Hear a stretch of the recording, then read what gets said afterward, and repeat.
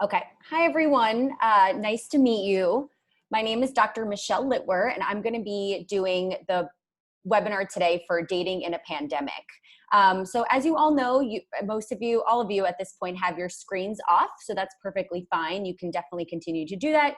If you do want to turn your screen on, feel free to do that. You might feel more connected and engaged. So I'm very much open to you guys turning on your screens if you'd like. So if you feel comfortable, turn on your screens. If you don't, absolutely, you can keep your screens off. And then we'll go ahead and get started. I do want to say that I want to leave the last 15 to 20 minutes open to questions. So if you feel comfortable, you can throw in your questions in the chat, in the Zoom chat. If you don't feel comfortable sending it to everyone, you can just send it privately to me in the Zoom chat. So that could be a way that you ask questions. Also, if everyone could please mute themselves if they're not asking a question or speaking. There might be some background noise or people walking around in your home. So try to stay on mute if you're not asking questions. And again, if you want to turn your camera on, go ahead. If not, we'll get started. Does anyone have any questions at this point before we jump in?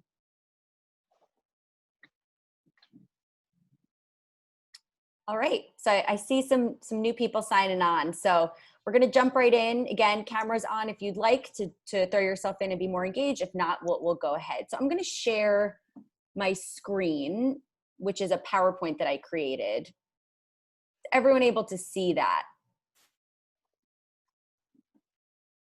Okay, I'm gonna, all right, hopefully you can all see that. Okay, so let's go ahead and get started. So why don't you just go to the next slide? How is that working? Okay, so I wanted to start out with just talking about the agenda, so things that we're going to be focusing on in this workshop. So the first one is just some fun numbers and data on increase in dating during the pandemic. So I thought it'd be interesting to see what dating apps are now seeing in the increase in dating. Advantages of dating in a pandemic, so some of the benefits of being able to date virtually or social distancing. Radical acceptance of dating in a pandemic. So that's actually a term that we take from DBT. So I'll be talking more specifically about what radical acceptance looks like. Skills for successful dating. So definitely some skills, techniques, and tools. Validation towards self and others, since this is such a difficult time and dating can be really confusing. How do we validate ourselves in this really difficult time? And how do we validate the others that we are dating? And then creative date ideas. So just some fun, interesting date ideas that if you are starting to date, you can diversify the types of dates you're going on. Okay, so let's talk about some data. Let's take a look. So Bumble actually saw a 26% increase in messages sent and 56% increase in video use in its video call tool. So a lot of people are thinking people are dating less on dating apps, people aren't as open to it, but there was actually kind of a big increase in that. Also, the Match group found that 69% of singles said that they were more open to video chat. I'm sorry, I think I hear someone's, just see. I don't know if everyone's on mute. If you can just put yourself on mute so there's less distractions. Okay, awesome. Okay. So they found that 69% of singles said that they were more open to video chat versus 6% of singles who are using video chat to meet pre-pandemic. So much more people are more interested in using video chat versus before the pandemic where people weren't very open to it at all. 22% of singles are willing to become exclusive with someone they had not met in person. So I think that that's really interesting. Not ever seeing someone face to face, people are still willing to start kind of those deep, meaningful relationships with people. In-app video chatting on Bumble increased by 93% across the country between March 13th and March 27th. So that was the day the World Health Organization declared COVID as a pandemic. And then Hinge saw a 30% increase in messaging on app in March and launched an in-app date from home feature. So all of these dating apps are really keeping up to date. They're really focusing on getting people to utilize the dating apps, video chats, being able to ask questions and playing games through video chats. So I think that that's really cool just to see what we've noticed since March, since this pandemic really hit. So let's talk a little bit about some advantages of dating in a pandemic. So I think the first one, that's the really big one, is it builds emotional intimacy and deeper connections. So being able to video chat, talk to someone, not actually meet them physically, and engaging in intimacy, touch, sex, that actually increases the emotional intimacy. You're starting to be more vulnerable. You're talking about deeper things. You're really connecting by just engaging in conversation. And there's less physical component to it. So you're really like putting yourself out there. There's more self-disclosure. And so you can kind of gear towards more of those deeper connections. Learning how your date handles challenging moments in life. So, we are all going through a really, really difficult time. A lot of people are being laid off. There's unemployment. You might be moving back in with parents. You might have lost your apartment or lost your home, or things have changed in your friendship groups. And so you get to see how people can actually handle and deal with stressful moments, crisis moments. So you're learning how are people resilient, or what are they doing? What are their coping skills, which could help you understand, is this the person that I want to be with? How do they handle stress?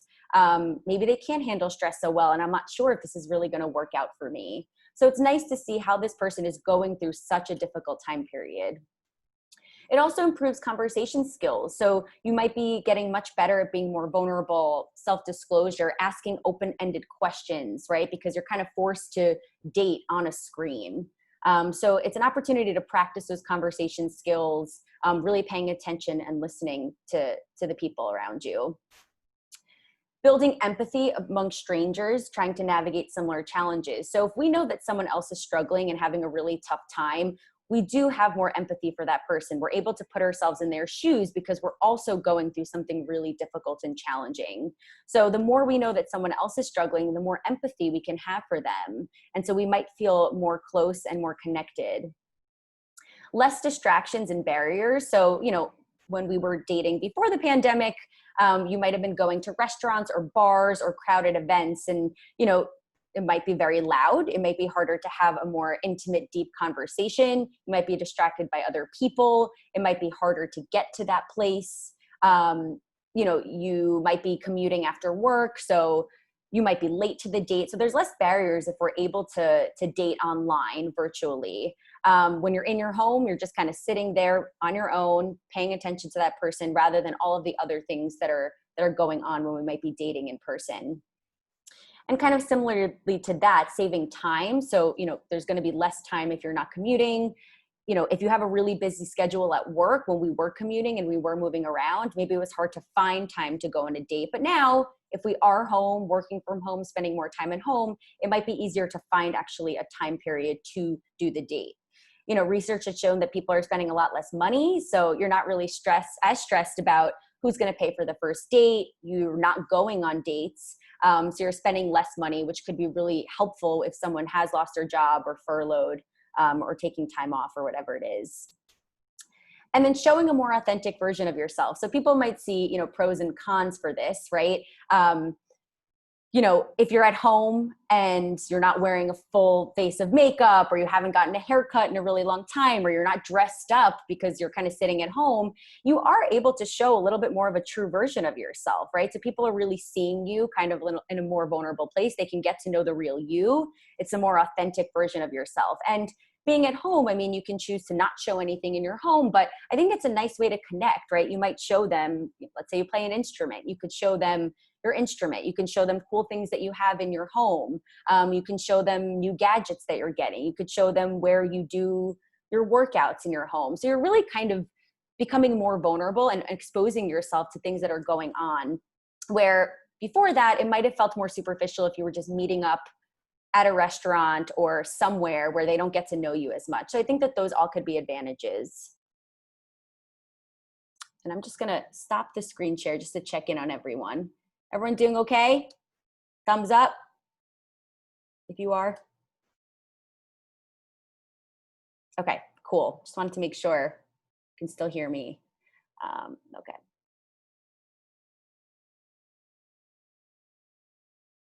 Okay. Sorry. So we're going to talk about a skill called radical acceptance. So some of you in this group may already know what that is, but this is one of my favorite skills from DBT, which is one of the therapies that our practice specializes in. So what is radical acceptance? So radical acceptance is throwing yourself fully and totally into the moment and accepting reality as it is. So it's seeing the facts of reality as it is and being open to those things. And radical acceptance is really difficult because sometimes we don't want to accept certain things. I know that when this pandemic started, I didn't want to accept the fact that I had to work from home, or that now I couldn't go into my office, or I couldn't take public transportation, or I had to even question whether I could go to the supermarket. So radical acceptance is being open to the idea that there are going to be painful things in life that we have to accept. So things that we can't change, situations that we can't change. And that's going to be really helpful in dating, because we are going to have to accept that we might have to date virtually, or if we do go on a date, we may have to social distance, or we may have to wear a mask, or even with sex, right? If you do end up, meeting a partner and taking it to the next step, wearing a mask during sex, which we'll talk about later, is what the CDC is suggesting to us and recommending. So we might not like those things. So another part of radical acceptance is it doesn't mean that we have to approve or like it or condone it. So acceptance doesn't mean approval. We don't have to like it. I don't have to like the fact that I'm working from home. I don't have to like the fact that I have to wear a mask everywhere I go. You might not like the fact that you may want to start looking at dating apps, or you might not like the fact that you can't touch the person that you're dating with, if that's what you decide. So acceptance and accepting the reality of the situation doesn't mean that we like it or love it. We don't have to approve of it, but we do have to understand that this is the reality. And the more we're able to accept it, the less suffering we actually feel. So when you accept this painful situation, right, you might accept that you haven't got a haircut in a very long time, and that might get in the way of dating. But if you try to say, this isn't fair, this is so stupid, how could this happen? This is so awful, why me? That's going to create more suffering. Accepting that you haven't gotten a haircut in a long time could also be painful. So acceptance does actually mean you're experiencing some level of pain, discomfort, sadness.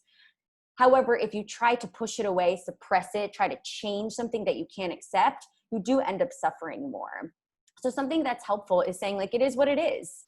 Right? So I may have to go on Hinge or Bumble to look for people. I may have to spend time video chatting many people over and over again after a long day of work when I was on Zoom all day.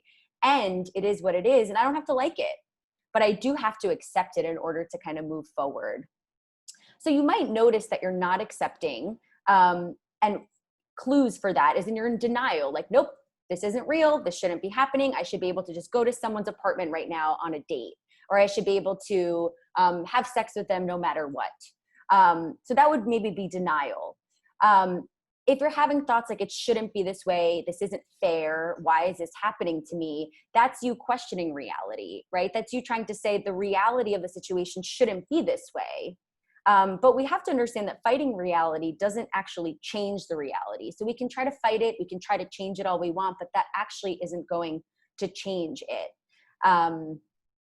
I'm trying to think what else we might have to accept in dates. You might have to accept that your internet goes out, right? And you're having a really good time, but all of a sudden you can't connect. And that's very frustrating. That's painful. That's annoying. But if we don't accept that and we try to fight it and we try to sit there and get all angry and scream, it's actually going to make the situation a lot worse. So of course there's things that we can't change, right? And that we do have to accept. We have to accept certain facts, like we're being told to wear a mask and there's a pandemic. We can't really change that. But actually acceptance, radical acceptance, and I'll tell you what radical really means in just a few moments, radical acceptance can really lead to change in some scenarios. So if you actually sit there and try to process and understand that social distancing rule, that we have to social distance for dates right now, then that can actually lead us to find new ways to date. So you might say, okay, I'll download some of those dating apps. I'll suggest that we do a social distance walk or a picnic. I'll finally, buy myself that nice shirt and order it to my apartment so that I could look better for the date. I can clean my apartment so that my house looks nice for this date. So acceptance could lead to actually changing. So I'll just give you an example that's completely not related to dating, but that might help. Is this morning, I sometimes get these ocular migraines where, there's like a little blurry vision in my left eye. It's all okay. It's not a big deal, but I had to accept that that was happening right before this webinar. And instead of saying, oh my God, this is so awful, this is so stupid, what am I going to do? This is so terrible. I just kind of sat down, I took my contacts out, I took a shower, and I just kind of let myself sit with it. And that kind of helped me get through a really tough moment.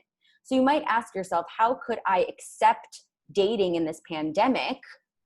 Because, the truth is we might have a second wave in the fall, right? And so we might actually be stuck inside again. So how do we accept that dating, we're going to have to try new things and new ways of dating? So how do we practice radical acceptance? So we have to remind ourselves that there are causes to this reality. So every behavior and everything that happens in life has a cause. So there's a cause, right? This virus started, we're not exactly sure when, but it spread to all of these states in the United States. And there's a reason that happened. And so this is why we're social distancing. This is why we might be forced to be on apps more. This is why we might be forced to wear masks when we really want to feel so connected and close to that person. So there's a reason why we're in this. And sometimes that just helps understand and soothe, the frustration that you have about why is this all happening? And with radical acceptance, we have to remember to turn our mind towards acceptance over and over again. So I want you to kind of picture two roads. So one road is radical acceptance. One road is non-acceptance. And so you might be on the road of acceptance. You might be walking down that path. Okay, I'm accepting this. I'm going to download the apps. I'm going to, create a funny bio. I'm going to try to talk to some people. But then you might notice, but no, it shouldn't be this way. This is so awful. How is this happening? This is so unfair. And I want you to start trying to shift towards the road of acceptance. It is what it is. I don't like it or love it. This isn't great, but this is what's happening. And I actually have an opportunity to change my circumstances if I go towards it rather than go on the road of not accepting and trying to push it away. And so it's a choice. Every time you choose to accept, you have to go down that road. So you might kind of be going back and forth, but I want you to continue to turn your mind towards acceptance over and over again, every time that you feel stuck and it's really hard to accept. You might have been dating someone on the dating app for a while, and then all of a sudden it kind of fizzles out. And that's very frustrating and that's painful. But you have to accept that it happened, right? If this person says, we're not a good fit. So turning your mind towards accepting that. And so I think sometimes it's easier to accept the situation with our mind by saying things like, it is what it is. I don't like this, but here we are. But accepting reality with our body is also super important. So when our body is kind of not accepting reality, it's sending messages to our brain that we totally are not accepting reality. So we could be accepting reality in our mind, but we're not accepting reality in our body. So what are some clues that we're not accepting reality with our body? Maybe our fists are really clenched and we're like, oh, I'm so angry this is happening. Or maybe your teeth are gritting, or maybe your face is shrugging in. So I want everyone to kind of practice this, and I can't see you, but I want you to open up your hands and I want you to put them on your lap. And that's the skill of willing hands. So what that is we're keeping our hands open and we're willing to accept reality as it is, right? We're not tensing our fists. We're just kind of open to what's going on. And maybe you use this when you're on a date and you're not feeling a lot of chemistry, or that person is not paying attention or ignoring you, or your internet cut out, or, you're meeting up with this person because you finally decide to do that and they're really late. I just want you to kind of open up your hands and be open to what's happening to reality. So you're changing your body postures and the way your body's communicating to your mind. The other skill here is half smile. So half smile, this is an interesting one, so I don't want you to judge it yet. So half smile is when you actually kind of turn up the corners of your mouth very, very slightly. So I'm just going to do it like this. And this is people are not supposed to notice that you're doing this. You're not supposed to have some cheesy grin that's kind of overwhelming. But if you have smile, you're communicating to your brain that you're open to this reality, right? You're not sitting there shrugging your nose and kind of getting ready to attack. So you can just close your eyes and do a little bit of a half smile, which is communicating to your body that we're just open to whatever's happening. We don't like it. We don't love it. This isn't great. And yet it's happening. And so those are two things, willing hands and half smiles. So these are little subtle things. Again, this isn't going to change everything completely, but these are ways in which you can practice with your body. And then act as if you were accepting the situation. So what would you be doing if you accepted this reality? So if I accepted this reality, I would say, all right, today I'm going to brainstorm 5 things I could do with the date that I have planned. Or I'm going to look up places in the city or wherever you are located that might be open where we can social distance and hang out in the park. Or if I was accepting the situation, I might actually give a makeover to myself, right? Like get some makeup and make myself feel good before this date. So what would you be acting like and what behaviors would you be engaging in if you accepted this reality? So here are some other skills. So these aren't as specific as radical acceptance, but we will definitely have a chance to answer some questions on radical acceptance. We can go back to the slides and maybe some of you can even share some personal examples of how you would use radical acceptance.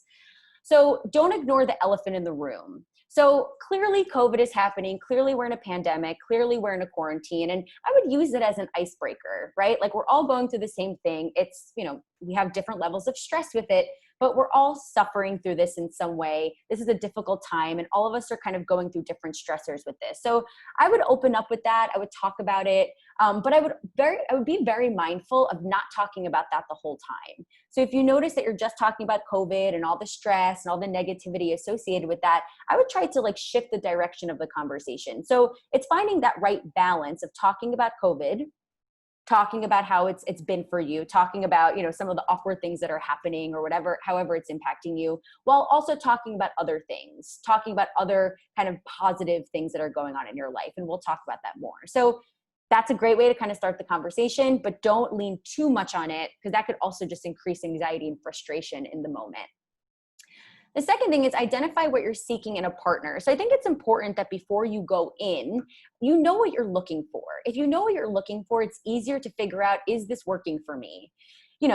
I would say define 3 to 5 non-negotiables. So you may say, okay, one thing is, I want them to be motivated or ambitious, or maybe I want them to really appreciate family as a value, or maybe I want to find out if they want kids, or if they, like to travel. So you might figure out what are 3 to 5 non-negotiables. Maybe one is that if they're not social distancing and wearing masks, or not quarantining and kind of just going around, maybe that's a red flag for you. And you say, okay, maybe this person's not for me. But trying to figure out what is important to this person, what are their values, and what's important to me so that I can kind of go in a direction of who's going to be a good fit for me. So knowing that going in makes dating a little bit easier.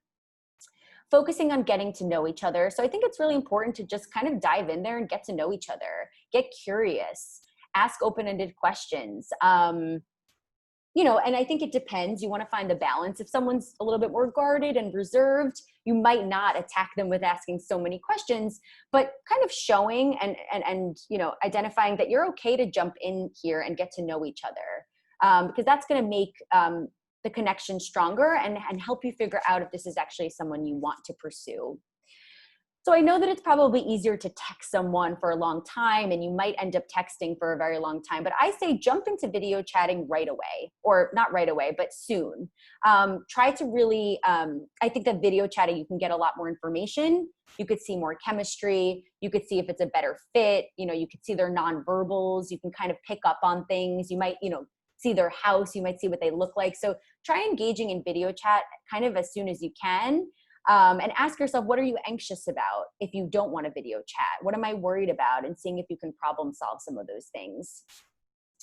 Find meaning in the distressing situation. So this is obviously a really tough time. There's a lot of negative aspects about it. There's a lot of pain with all of this. But trying to figure out what are the positive aspects of this. So what can I gain from this? What are some of the good things that are coming from this?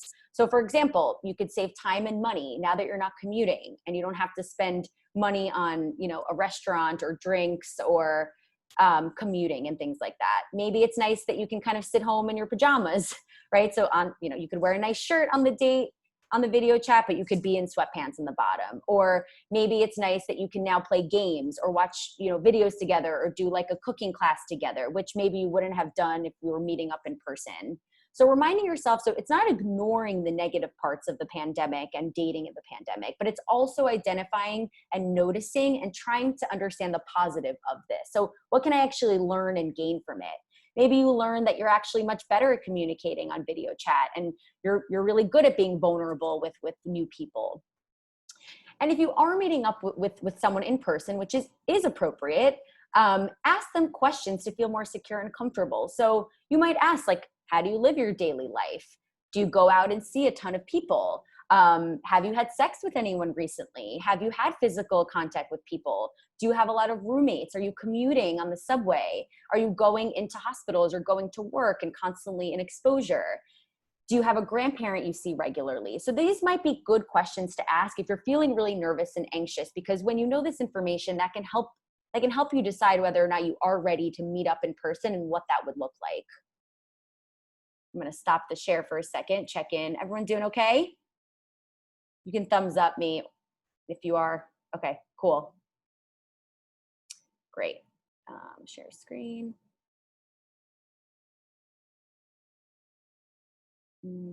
Okay. So, okay, let's go to the next slide. So also another thing that's very interesting, researchers have been looking at the concept of cognitive overload and paradox of choice. So what does that mean? So we've learned that when we've been given lots of options, so they're saying like 5 to 9, we actually get to cognitive overload and burnout. So when we're faced with too many alternatives, we actually pick none. So it's kind of like, okay, I have 9 restaurants to choose from. Oh my gosh, I'm so burnt out. I don't know what to do. I don't really know which one's going to be the best for me. And we end up saying, you know what, screw it.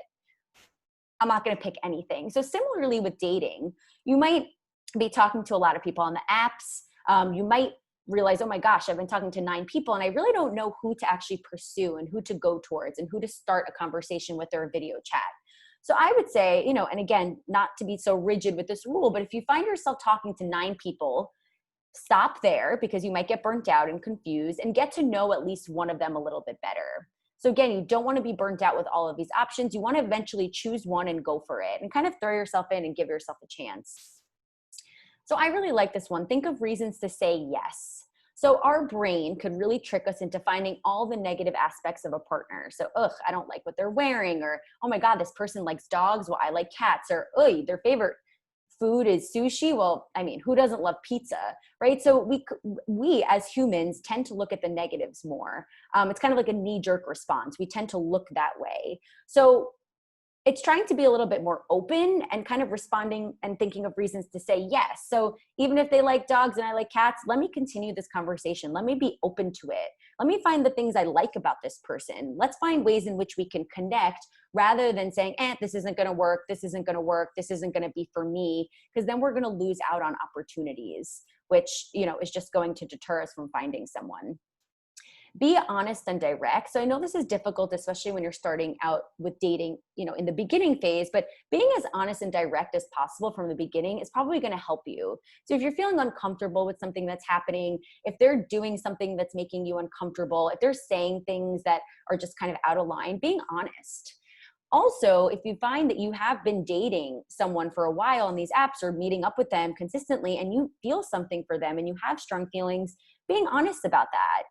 Because if you are continuously meeting up and dating, there's probably a high chance that they feel it too, and they have feelings for you. So you might want to just be honest about that, so that they can have an opportunity to also share their emotions with you. And being honest if you don't like something, so that you don't end up being stuck in this relationship that isn't working for you. Getting curious and asking open-ended questions. I think I've kind of already mentioned that. But again, if you just kind of stick to like, do you like movies? That's a yes or no question. But maybe asking, okay, what kind of movies? Do you like eating out at restaurants? Yes or no? Well, what kind of restaurants? What's your favorite meal to make? So asking more open-ended questions, so the conversation just doesn't shut down. Like there's more opportunity to really jump into things. And when you ask open-ended questions, you're vulnerable, they're vulnerable, so the connection can kind of grow more quickly. I'm just going to be honest, let's embrace the awkwardness. I've, of course, been Zooming with a lot of my clients, and family members might come in, or something might happen on the video screen, or your cat might, jump on you, or your dog might bark, or the doorbell might ring, or you might hear something weird in the background. So just embrace it. If you realize that you're video chatting and your screen is like this and there's a weird light coming through, embrace the awkwardness, right? We all feel awkward doing this on Zoom.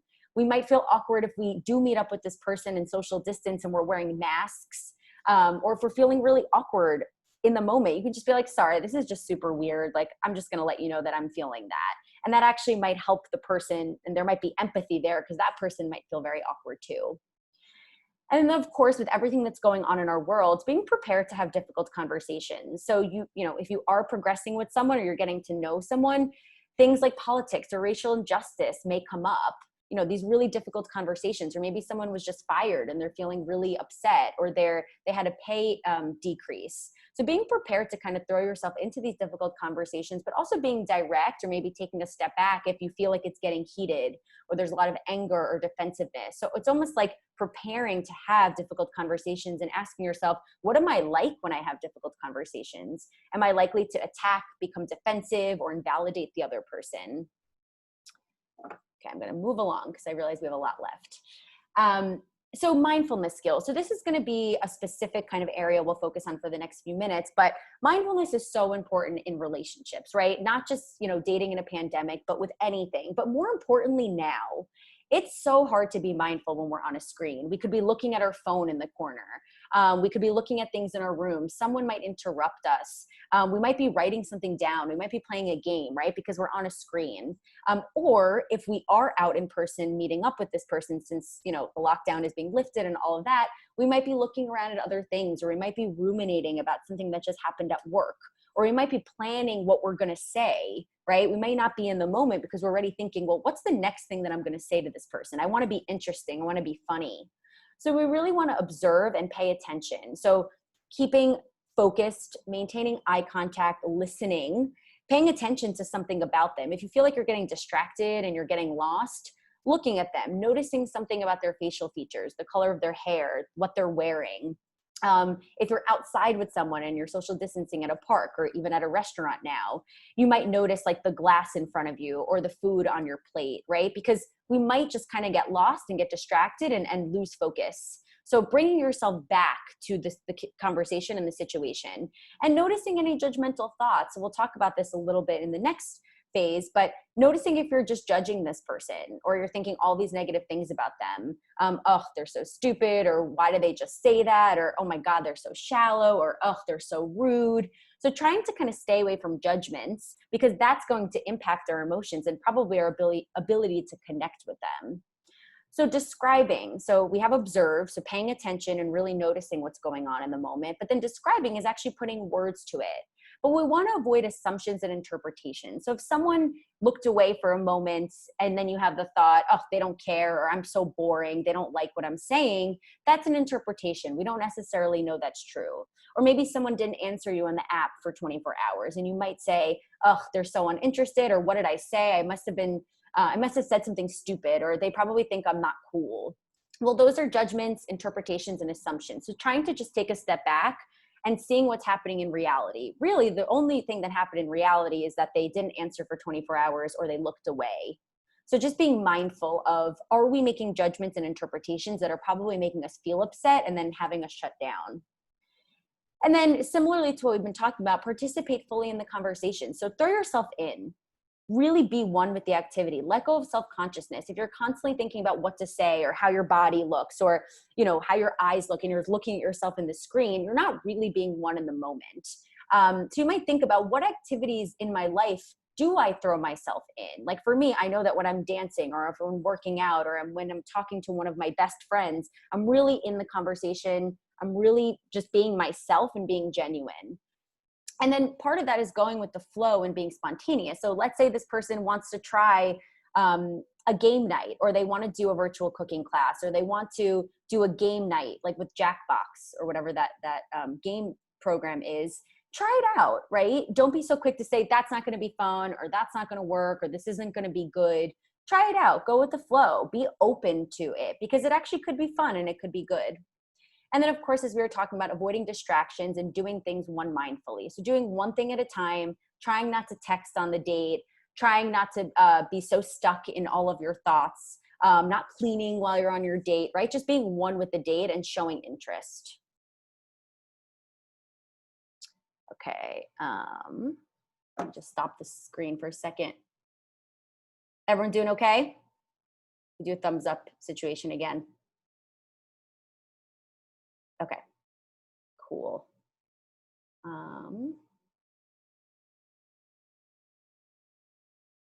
Okay. So some other things, figure out what you're comfortable with. So everyone is going to have different limits on social distancing, whether we wear a mask, whether we actually have sex, whether we're able to touch each other. So figure out what you're comfortable with, really sit with yourself, ask yourself, what am I comfortable with doing? And if that person is comfortable with different things, maintain your position, right? Stick to your values, stick to your limits, right? Because what happens is if we don't stick to our limits, we may feel like we're not prioritizing our self-respect. And then we may feel really bad about it. Maybe you're uncomfortable asserting yourself, right? Let's say someone says, you know what, like, let's go back to your apartment or let's have sex. And that's not something you're comfortable with. You may have to learn how to assert yourself and say, you know what, like, that's actually not comfortable for me. I see my grandparents, I see family that's in the vulnerable population. I understand you really want to, and I'm just not ready for that. Again, understanding that you and your date may have different limits. So instead of judging those limits, just understand that we have different limits and we have different needs during this time. Being direct and asserting your needs. So similarly to what I was just saying, for example, I'm feeling worried about going home with you. I prefer to continue this walk and hang at the park, right? So being direct, having it be clear so that the other person understands that you're not ready for certain things. Or maybe part of it is like, maybe they want to have cyber sex or they want to do something, they're calling them like Zoom kinky parties. So maybe they're trying to do some foreplay over Zoom. So if you're not comfortable with that and that's something that's not for you, telling them that. Or maybe they want to sit on Zoom for 3 hours on their date. And I think it's harder right now because we are all at home. So people may think, okay, if we're not really going places and we don't have other responsibilities, the Zoom chat could last hours. Well, maybe you're not comfortable with that or you have other things to do. So saying, hey, I can only chat for 45 minutes. Let's talk another time. Or maybe they're asking to show you things in their home that you don't want to show or share yet. So just being direct and assert your needs. And then a good question to ask is, does this go against my morals or values? Do I feel like I'm going against what I know to be right and true for myself? And then don't over apologize. So let's say they do suggest meeting up at the park and then going back to their apartment. Don't continue to say, I'm sorry, I'm so sorry that I won't go with you, right? Because that kind of diminishes your self-respect. And then, you want to ask yourself, what are you apologizing for? Are you doing something wrong? Don't apologize for having an opinion or having a different way of looking at things. Validation. So I may skip some things just because I want time for questions, but this is super important. So validation. So just, a broad definition is validation is acknowledging your emotions, thoughts, and beliefs and the other person's emotions, thoughts, and beliefs, and acknowledging that those thoughts and beliefs are understandable, that they make sense, that it's okay that they feel this way, that that's normal, that's understandable, and that's valid. So if I'm feeling really anxious about dating in a pandemic, a way for me to validate myself is like, of course you're feeling anxious, right?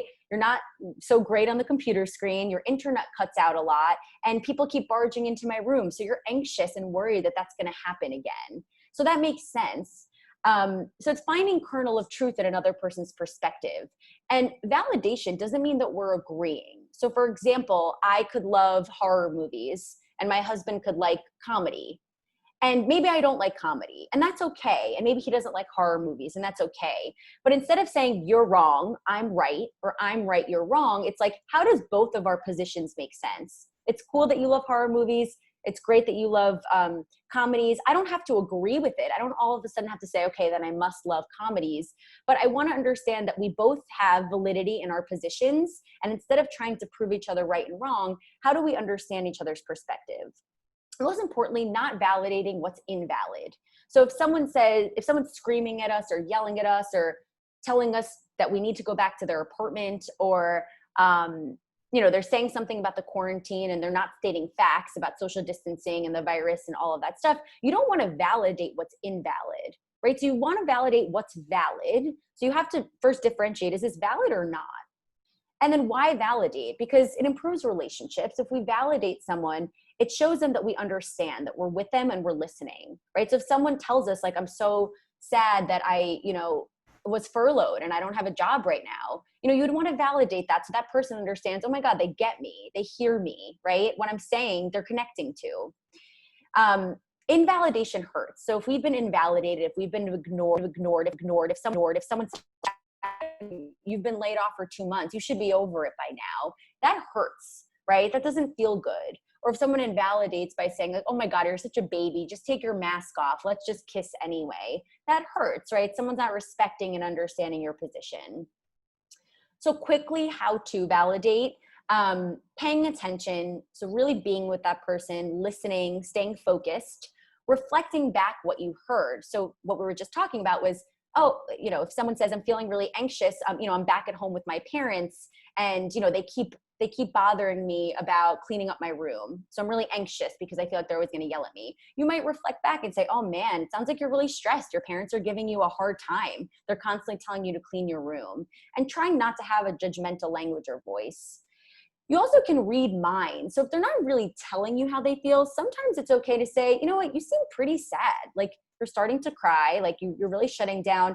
Sounds like you're really sad. But you have to be open to correction because that actually may not be what they're feeling. So just be open to the correction that person has. Some of this is repetitive, but show equality. So try not to one up or one down the person. So if someone's speaking very casually and, they're using their first name and they're showing you things around the house and they're kind of casual, don't try to one up them and say, well, I have better things, or well, that's not even cool. Like my TV is so much better, right? So trying to be equal to that person. And when you validate someone else, right, by saying like, oh man, it must really suck to be home with your parents, you don't have as much autonomy, validate yourself the same way. So my example here is, it makes sense that I'm feeling anxious about this date. My internet cut out several times and I'm worried there'll be awkward silences.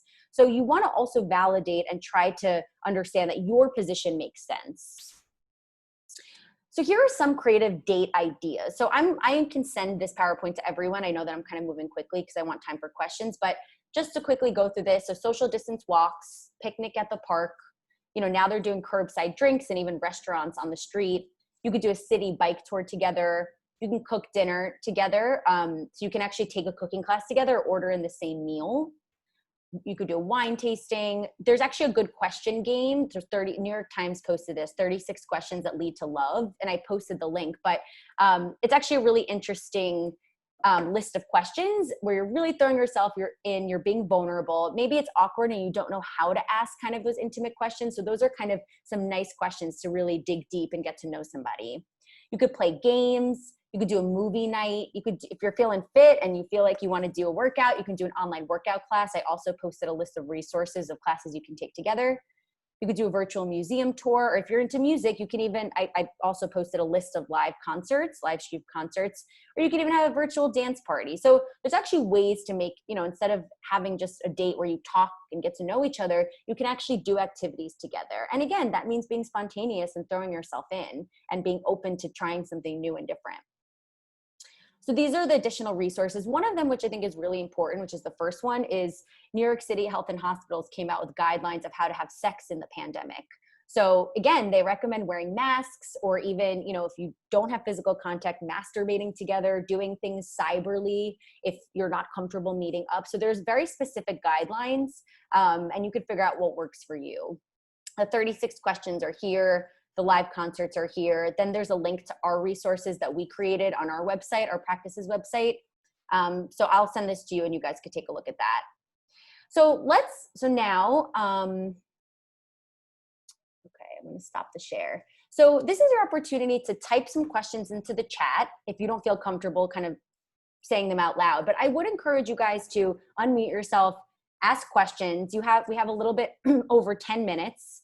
And then I'll talk to you about some other things at the end if we have a moment. But what are some of your questions? I can absolutely go back to the slides if there's a concept that didn't really make sense or you want more clarity on.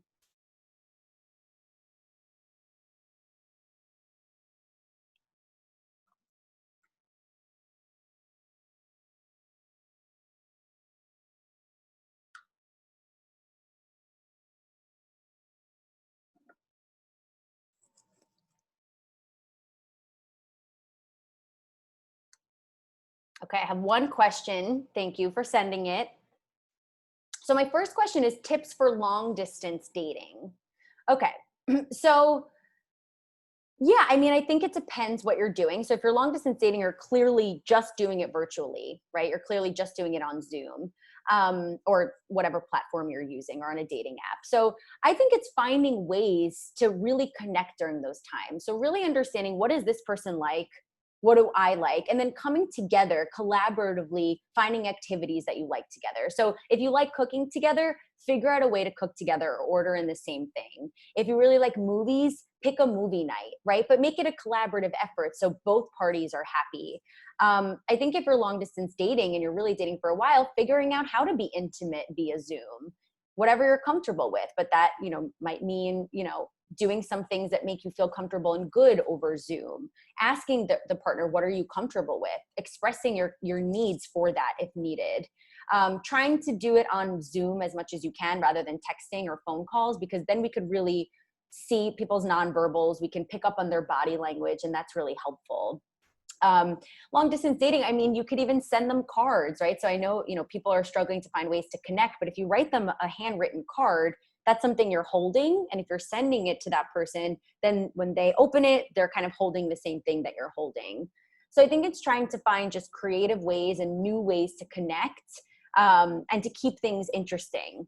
You can even go, if you're long distance dating, you can even go outside and kind of show them around and show them your environment, rather than kind of just sitting inside. And I think the biggest thing is really asking the other person what they're looking for. So if they're looking to, do something fun on Zoom, or if they're just looking to have conversations and get to know each other more, trying to figure out what works for each person, and balancing those needs. So if you find yourself that you're only doing things you want to do, try to be open to that person. So other questions, anything you want me to elaborate on with long distance dating? Feel free, please. We have 10 minutes. Ask me anything.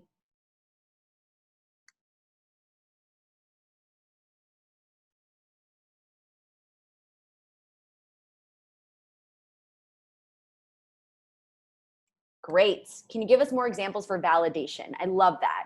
So do you want, okay, I'm going to try to think of ones more for dating. So let's say someone, and I'll do for both self validation for self and validation for others, but let's say we're validating somebody else, right? So let's talk about like political views or racial injustice or things that are going on in our world. Let's say someone has an idea that you don't agree with, right? You're not on board with this idea, but their position is valid. Their opinion and their beliefs are valid. You may validate that. Like, listen, I understand that you think this is the way our country should be going about this, or it makes perfect sense that you're really scared to leave your house because of the protest, or it makes a lot of sense that you, haven't left your house and have gotten groceries delivered because you're afraid of going to the grocery store. Right? So it's like trying to find out how their position, their beliefs, their understanding makes sense, even if you don't agree. Other ways to validate yourself are, let's say you're feeling really sad because you constantly get rejected on these dating apps, which I'm sure happens all the time, or you're feeling really sad because you were talking to someone, you thought there was potential, but then they say, you know what, I'm not really interested.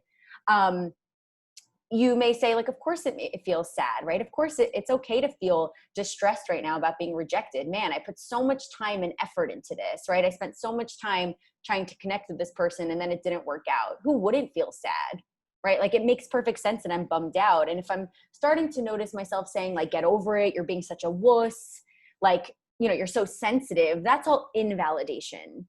So that's basically shutting down and ignoring what you feel, which is valid and makes perfect sense. Validation, again, going back to like the movie example, if someone has preferences and likes, right? So if they like certain things and you don't like them and you're like, ugh, why do they like that? That's so ridiculous. I don't understand. You might validate, like you might want to say, how does it make sense that this person likes this thing? How does it make sense for them? Maybe it makes sense because of history. They grew up in an environment where, they were shown this specific thing. And so that's why they think this way. And to take validation even a step further, validation sometimes, saying and showing that person that you understand what they're feeling and thinking, that's great. But sometimes taking it to the next step. So for example, if I was thirsty and, I said to my husband, oh, I'm so thirsty. And he's like, wow, man, it seems like you're so thirsty. That must suck. Well, actually, to take it a step further, that he can actually bring me a cup of water. Or if I was really hungry, he can bring me food, which goes the extra mile to show like, I hear you, I understand. So how does that apply to dating? Let's say, the person you're dating says, I've just been so bored. Like I have nothing to do. Like I'm just sitting here, watching Netflix or playing video games. Well, then you might say, okay, you know what? I'm going to send you a list of fun things, right? There's like there's a list of 100 fun things to do in the quarantine. So I'm actually going to send that to you to show you I'm thinking of you, I care, and I understand that you're, suffering through this. So it's trying to acknowledge this person's position. Doesn't mean you agree with them. And remember, you're not going to validate what's invalid. So if they're stating facts that aren't correct, or if they're saying, you know what, I'm just going to get in the car and drive my car drunk, you're not going to validate that. You're not going to say, yeah, it makes perfect sense you're driving drunk. You might say, it makes perfect sense that you were really anxious and you were scared, and so it caused you to drink. So you're validating the emotions rather than the behavior. So I hope that was helpful. But please feel free to ask more questions about validation, or if there's a specific thing, like maybe you have an example of how you want to validate someone, but you're not sure how to do that, or how to validate yourself. And you can privately send me that message and I can kind of share it, or you can just send it to the group.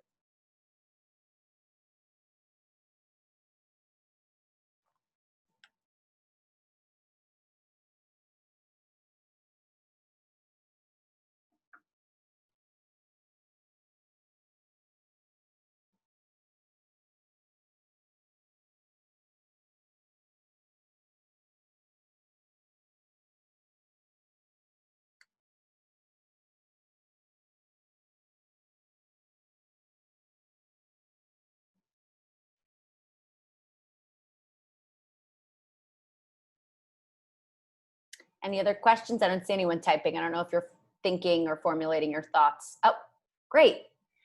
What would you recommend as a start to practice validation in a relationship? What would you recommend as a start to practice validation in a relationship? So I think that since validation, it might sound like an easy topic, but it's actually kind of difficult. So I would validate something really simple. So if someone is saying like, oh, like I didn't sleep all night, like I'm feeling so tired, like you might just start out by saying like, oh man, like that's a bummer, right? I can see that you're really, so I'm just reading other questions. I can see that you're really like out of it or you're not focused. So I think the first step is to try to really just reflect back what they're saying, right? So if you don't necessarily know how to mind read yet, or you're not confident to do that, just start out by reflecting back like what they're saying. So really sticking to it, because you can't go wrong that way. If someone's saying, I'm feeling really angry, my boss just sent me an email and is making me do all of this work, you might say, man, like that's, again, I keep saying the same thing, bummer. But that must be so frustrating. You're working so hard and they're putting so much on your plate, right? So you might just really focus on the things that they're saying and trying to find a different way of stating it. And remember, with validation, you're not offering advice or suggestions. So I wouldn't say to the person, oh man, like you have so much on your plate, that sucks. Go call your boss and tell them to take stuff off your plate. There's nothing wrong with doing that, but validation is really just trying to highlight that you understand where this person's coming from. The next part could be that you offer them solutions or ways to solve the problem, but sticking to the simple part of just validating their emotions or their thoughts or what they're sharing with you. So keeping it simple at first. Thank you, Carmen, for all the great questions. Okay, last question, how to stay hopeful in the face of rejections or a lack of response from people. So I think that's a great question, because to be radically genuine, we're all going to be rejected, and there's going to be lots of times where there's a lack of response from people. So I say that validate, right? Validate yourself. It is awful to be rejected. It's hard. It's tiresome. It's frustrating, right? Like all those things are true. So you want to validate rather than invalidate or beat yourself up or start going down the road of like, I'm such an idiot or I'm unlovable or no one's ever going to like me. So being hopeful means being open to the chance that one day, soon enough, you are going to find someone, right? That like, you might be caught in this thinking trap of, I'm going to be alone forever. This is never going to work out for me. I am going to, nothing's ever going to work out. And you never have to radically accept that, right? You don't have to radically accept that, because that's a future oriented thought. You don't have to radically accept something that hasn't happened yet. You do have to radically accept that there was a rejection or a lack of response, but you don't have to accept the fact that nothing's ever going to work out, because we don't know that. Even if it feels that way, we don't know that. So I say, keep trying, keep putting yourself out there. Maybe sometimes it means taking a break, right? If you feel like I need a break from these dating apps and from dating, and like right now is like not the best time for me, take a step back if the rejections have been hurtful. But I wouldn't lose sight of the goal. The goal is to keep dating, to keep finding people, and to try not to make assumptions about why people aren't answering. Last question before I wrap up. So what are ways to overcome feelings of anxiety when you will video chat with date for the first time? Love that question. So actually I didn't get into that as much. So first I would want to ask, what am I anxious about? Am I anxious about not having enough things to talk about? Am I anxious that they're going to judge my appearance or my apartment? Am I anxious that there's going to be a lot of silences?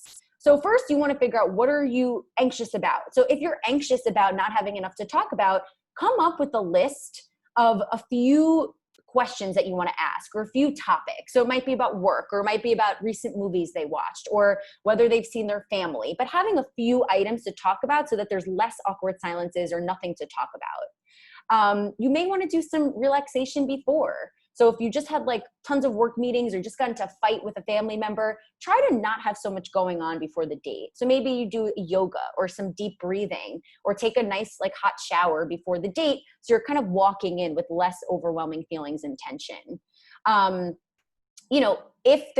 If you're worried about like the Zoom call going well and you don't really know how to operate and all of that, try it out with friends before, right? Try out something before and get prepared for how the Zoom call will go. Maybe do like an icebreaker in the beginning and just be honest, like feeling a little anxious about this, because I bet you they are feeling anxious too. So you're probably not alone in that. If you're worried that there are going to be silences, you might actually practice, because there are going to be silences, right? That's just the nature of life. You might practice being more comfortable with silence. So you might actually role play with a family or a friend and just like sit in silence for a minute, just so you kind of feel what that feels like. So I think it's first figuring out, what am I anxious about? What are the things that are worrying me? Are there things I can control? If you're worried someone's going to come into your house, come into your room and interrupt the date, tell people that for like 90 minutes or whatever, however long it is, I have an obligation. Can you please, not come into the door? So some things you can problem solve, some things you can actually work on. Other things are just going to happen. So it's being open to feeling anxiety too, because it's an inevitable part of this process.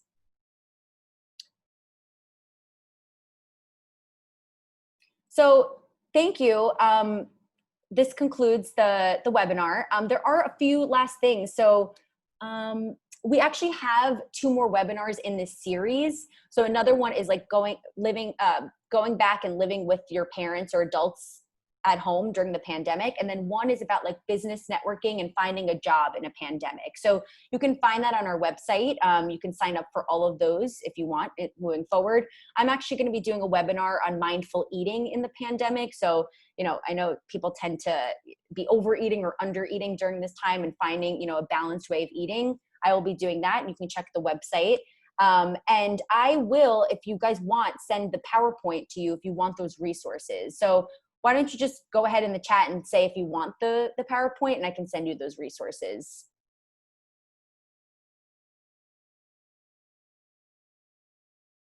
Okay, cool. I see some. Great. Well, thank you all for attending. I really appreciate it. Good luck with the dating. Don't be so hard on yourself. Be open to all of the weird and uncomfortable things that are going to happen during dating. And I appreciate you coming, and feel free to tune in to other webinars and check out the website for other things. Have a great day, everyone.